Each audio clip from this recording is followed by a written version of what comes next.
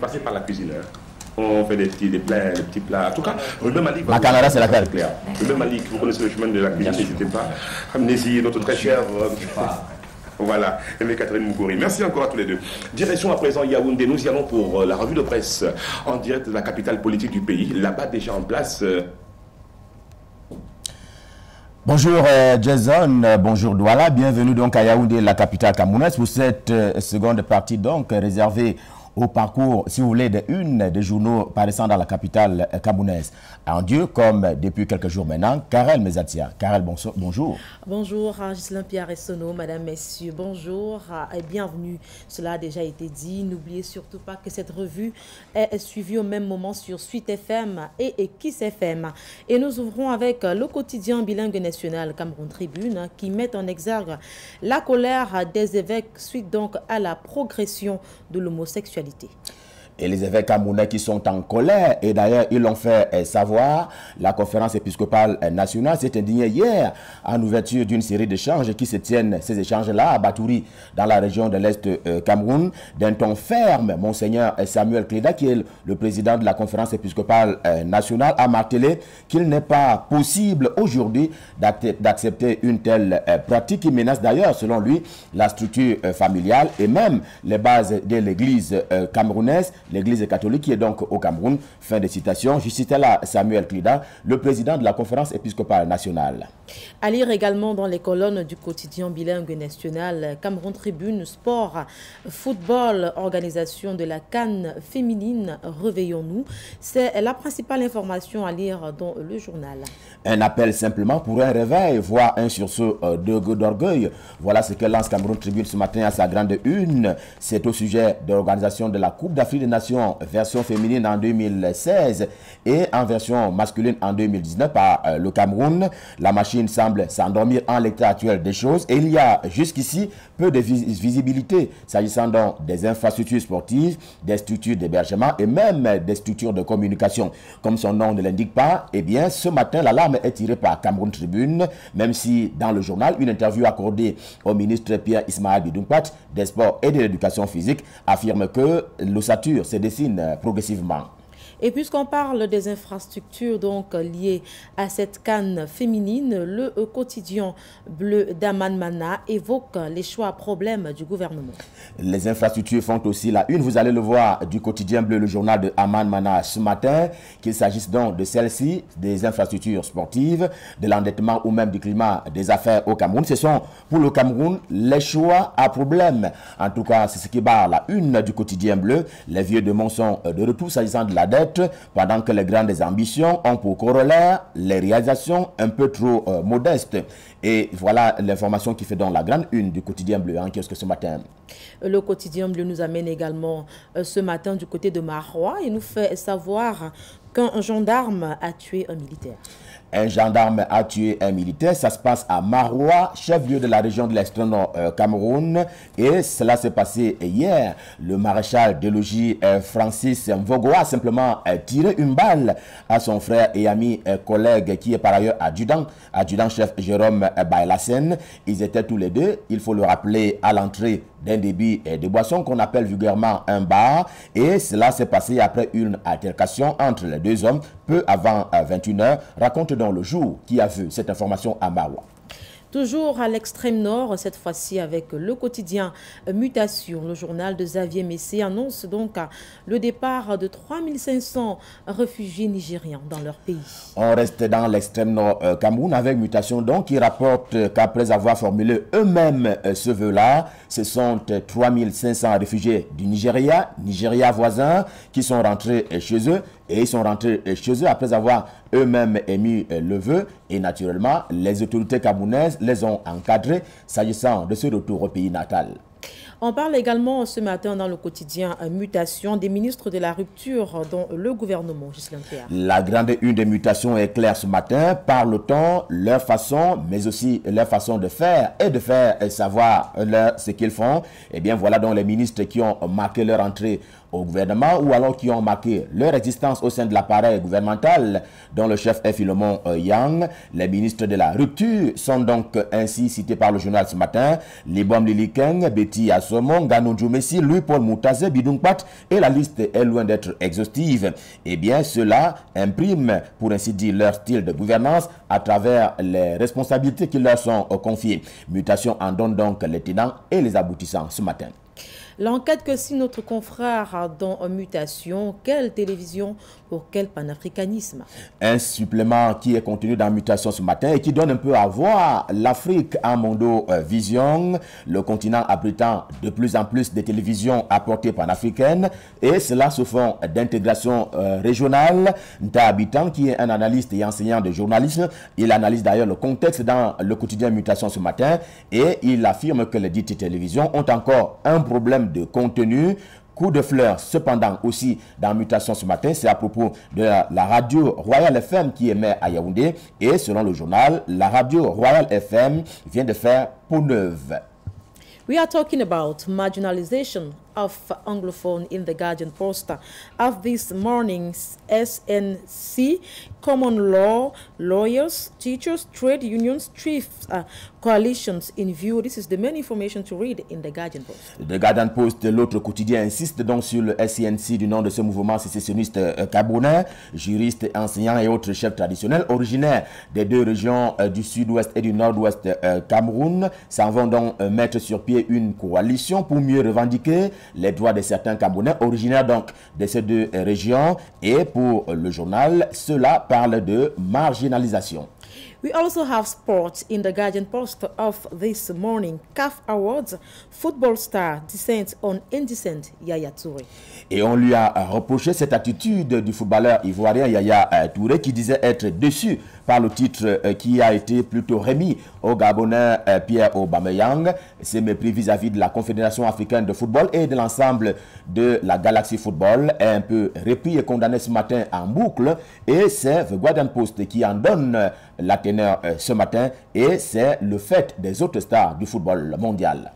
Le quotidien Émergence, qui est un kiosque, s'intéresse également au sport. Ce matin, affaire Fecafoot, la banque UBA assigne Abdourahmane à comparaître.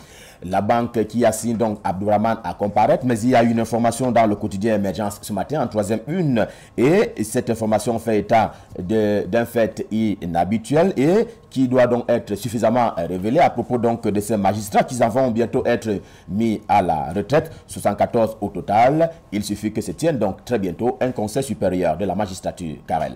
Le quotidien de l'économie Ghislain Pierre Essonneau est également arrivé à notre rédaction ce matin. Le journal de Thierry Ekouti s'intéresse donc aux télécoms et nous dit que l'agence de régulation des télécommunications entretient le flou sur la 4G. Le quotidien de l'économie parle de clés obscures entretenues par l'ART, l'agence de régulation des télécommunications de Jean-Louis Bemengue, qui entretient donc le flou sur la 4G. L'agence ne tranche pas le débat sur l'effectivité ou non de la technologie 4G. L'ART préfère d'ailleurs laisser se battre les opérateurs de la télécommunication au Cameroun, et cela dure, dit le journal, depuis le 8 janvier dernier. Mosaïque, art et culture d'Afrique est également arrivé à notre rédaction ce matin. Culture donc au menu de Mosaïque, caresse photo en toute liberté. Et de la culture donc, voilà ce que propose Mosaïque en kiosque ce matin. Et c'est avec caresse photo tout en liberté. Elle accorde donc une interview au journal pour décrire sa carrière telle qu'elle va jusqu'ici et aussi ses projets en cours. Et parmi ses projets en cours, son album en cours donc qui est dédié, on le rappelle, à Dieu. Élection présidentielle, on en reparle dans Tribune d'Afrique. Le journal de Faustin Djikam se pose la question de savoir le chef de l'État Paul Biya doit-il se présenter en 2018. Question à la une des Tribunes d'Afrique qui n'est plus un tabou au Cameroun. Paul Biya aux affaires depuis maintenant 33 ans au Cameroun. Doit-il se reporter candidat à l'élection présidentielle de 2018? Question qui trouve réponse lorsque le journal affirme que l'actuel locataire de Toudi devait rempiler sur tapis vert. Le journal de Faustin Djikam croit d'ailleurs rappeler que la dite élection est annoncée pour être anticipée et devant une opposition aphone parallèlement à l'élite intellectuelle démissionnaire quand elle n'est pas conformiste, eh bien revoici un grand boulevard pour le président Paul Biya. Restons avec le chef de l'État, Paul Biya, dans Fraternité Hebdo. Le journal de Gabriel Félicien Zé revient donc sur le message du chef de l'État à l'endroit des populations le 31 décembre dernier. Fraternité Hebdo a fait la une sur le message présidentiel du 31 décembre dernier. Eh bien, un message qui est publié presque en intégralité, mais il en apporte également quelques analyses. Et ici, l'exception étant la résilience interne qui est revenue dans le discours présidentiel et qui est analysée par Fraternité Hebdo. Fraternité Hebdo de ce 12 janvier 2016 dresse également le portrait du docteur Simo, un parcours atypique. Docteur Ernest Simo, c'est cet autre Camerounais qui porte très haut le drapeau national. Il est né à titre de rappel en 1956 à Okola, dans le département, dans la région du centre. Il fait partie donc de la NASA, la très prisée NASA, et cela après avoir présenté, dit le journal, 50 conférences dans plus de 50 pays au monde. Dr Ernest Simo est donc mis en exergue ce matin. C'est un Camerounais avec qui on doit compter. La tornade titre ce matin, c'est la principale information sous forme interrogative. Martin Belinga Eboutou, dernier dinosaure de la planète Biya. On évoquait le bail présidentiel tout à l'heure. Il faut bien qu'il repose sur certains piliers. Et Martin Belinga Eboutou en est un selon la tornade. Le dinosaure s'est imposé là où beaucoup ont échoué par le charisme et la compétence. C'est ce partisan de l'effort à qui le journal La Tornade fait un clin d'œil ce matin. Faisons une fois de plus un tour dans la région de l'extrême nord avec Région. Le journal s'intéresse donc à la situation sécuritaire qui sévit en ce moment dans cette partie du pays. Extrême nord, inquiétude et espérance pour une région martyre. C'est le titre qui barre la une. Inquiétude sur l'opposition qui refuse de vaincre l'unité. En tout cas, le journal Écho des régions ce matin estime qu'en fait, la situation sécuritaire et socio-économique de la région de l'extrême nord va devoir figurer parmi les plus belles victoires que le Cameroun doit remporter en 2016. Intégration est en kiosque. Le journal de Thierry donc croit savoir comment est-ce que la pauvreté gagne de plus en plus du terrain au Cameroun. C'est une enquête sur les ménages qui donne un peu froid au dos. Et CAM4 dit que le Cameroun n'a pas pu atteindre les objectifs de réduction du taux de pauvreté au Cameroun. Et ce taux de pauvreté est certes passé de 39,9 en 2007 à 37,5 en 2015. Mais, dit le journal, la légère baisse est insignifiante, décrypte donc l'intégration, alors que le pays a enregistré un taux de croissance de l'ordre de 4,7%.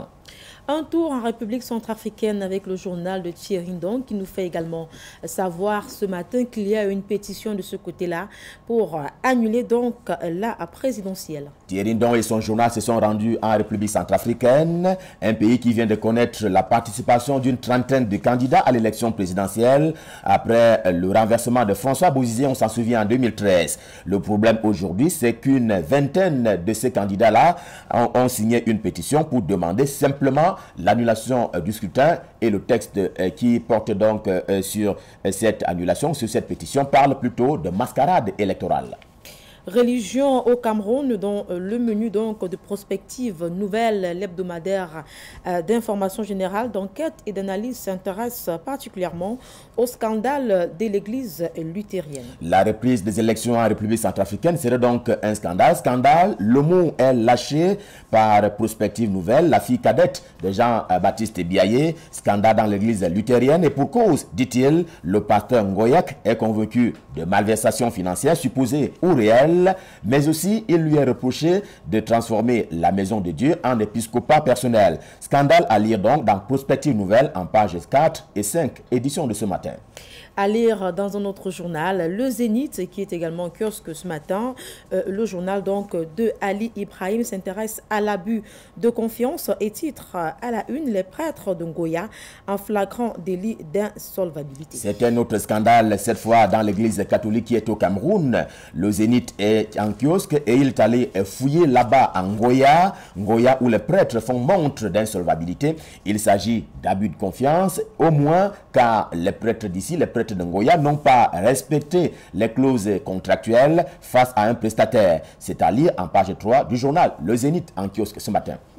New Star Info, au cœur de l'actualité culturelle et sportive, est également dans les kiosques. Au menu, justement, sport, championnat Ligue 1 et Ligue 2. Ce sera pour le 31 janvier et le 3 février, nous dit donc le journal de Tristan Ndongo.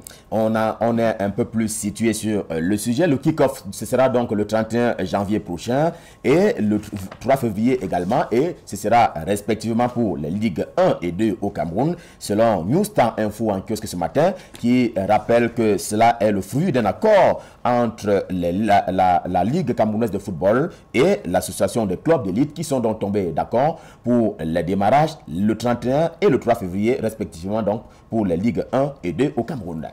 Ghislain Pierre, 2 magazines sont également arrivés à notre rédaction ce matin.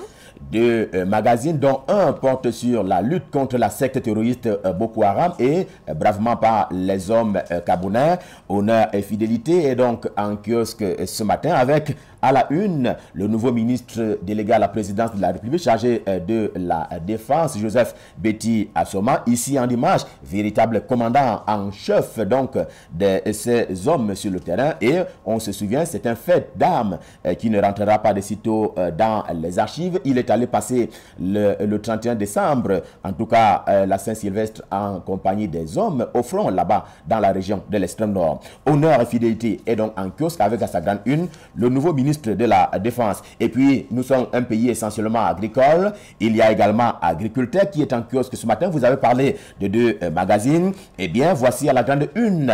Les voici donc en vitrine. Et ils sont à la vitrine de Agricultech. Et ce sont les acteurs de la révolution. Et on va ajouter avec le journal Agricultech, on ajoute donc la révolution verte. Voilà qui met un terme à la revue de presse Made in Yaoundé. Karel, il ne reste plus qu'à dire au revoir et nous allons renvoyer l'antenne à Douala. Naturellement, rendez-vous étant pris pour demain pour le même exercice dans les mêmes studios et naturellement avec le même plaisir. Karel, rendez-vous étant pris pour demain, on va repasser l'antenne à Jason. C'est à vous Douala, c'est à vous Jason. Au plaisir donc de vous retrouver demain, Jason.